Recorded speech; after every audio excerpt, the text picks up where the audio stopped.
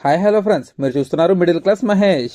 YCP కార్యకర్తలపై మాజీ మంత్రి రోజా చేయి చేసుకున్న ఘటన ప్రస్తుతం ఆంధ్రప్రదేశ్ రాజకీయాల్లో హాట్ టాపిక్ గా మారింది. తిరుపతి తొక్కిసలాట బాధితులను పరామర్శించేందుకు జగన్ స్విమ్ ఆసుపత్రికి వెళ్లిన సందర్భంగా ఈ ఘటన చోటు చేసుకుంది.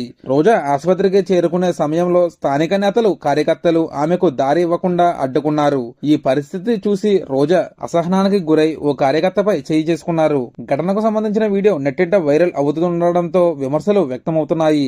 వైసీపీ కార్యకర్తలు రోజా ప్రవర్తనపై ఆగ్రహం వ్యక్తం చేస్తూ సోషల్ మీడియాలో అభిప్రాయాలు పంచుకుంటున్నారు.